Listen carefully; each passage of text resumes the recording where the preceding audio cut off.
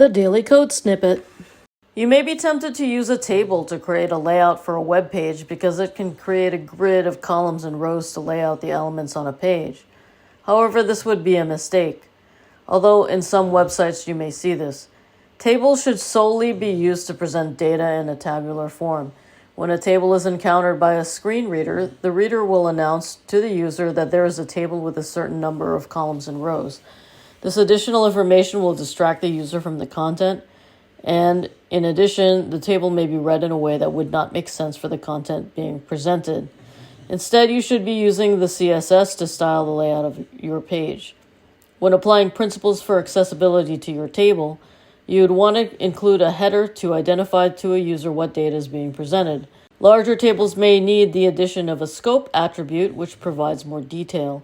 And finally, you would want to add a table caption to give the user information on how best to understand the content in the table. Presented by Designers Learn Code.